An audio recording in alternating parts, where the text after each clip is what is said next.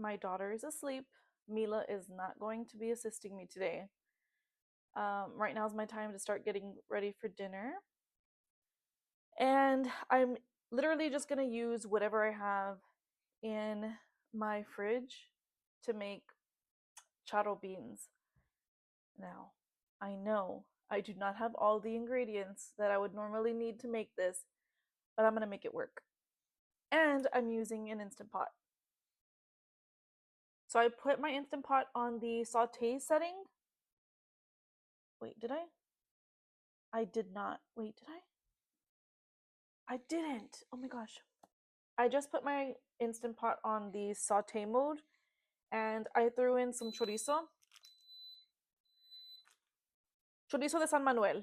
If you're not using this type of chorizo, I don't even know what to tell you because nothing compares. Ooh, juice just came out. But yeah, this is the only chorizo I'll use. Okay, as you can hear it, it's going. Now with chorizo, you do not need to add any type of oil to the pan because it lets go of a lot of grease already. And what I'm gonna also do is throw in some just little hot dog weenies. These are like the healthy version. These are the no antibiotic ones. And I'll throw that in there. Saute that as well.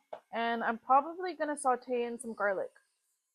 Okay, yeah, I'm gonna add in garlic.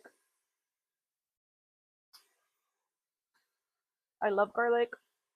I probably should have done fresh garlic, but again, this is what you have in your fridge.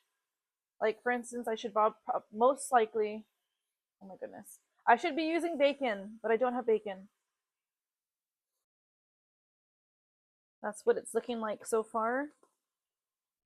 I cannot begin to explain how amazing this smells right now. I'm gonna add in a can of rotel because I do not have tomatoes right now and I don't have jalapenos. You should always soak your beans. So I've already had these sitting and soaking for about maybe an hour and a half, and they've already grown a little bit. And I'm gonna dump them in here. And your Instant Pot has a fill line. Let me see if I can show you. But it's right here. I'm gonna put mine a little bit below max, and we'll see. Hopefully it doesn't get too crazy.